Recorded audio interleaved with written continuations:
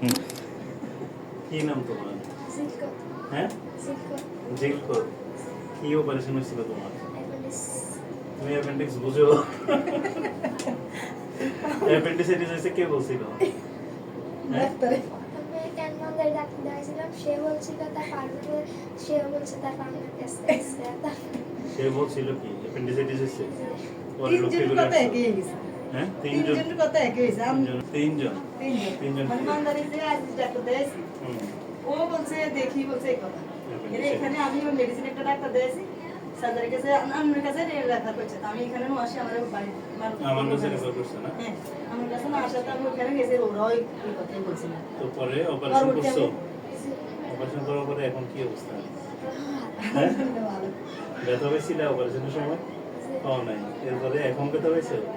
এখনো পাও নাই। খুশি? এখন সুস্থ তুমি? দেখি দাঁড়াও তো। আলহামদুলিল্লাহ, এখন খুশি।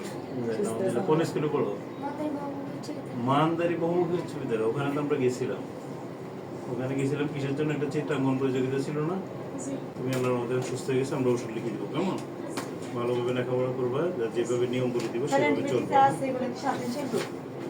না, আর অ্যান্টিবায়োটিক লাগবে না। আর হচ্ছে যে ওষুধ লিখে দিব ভিটামিন, ওটা খাবে, ঠিক আছে?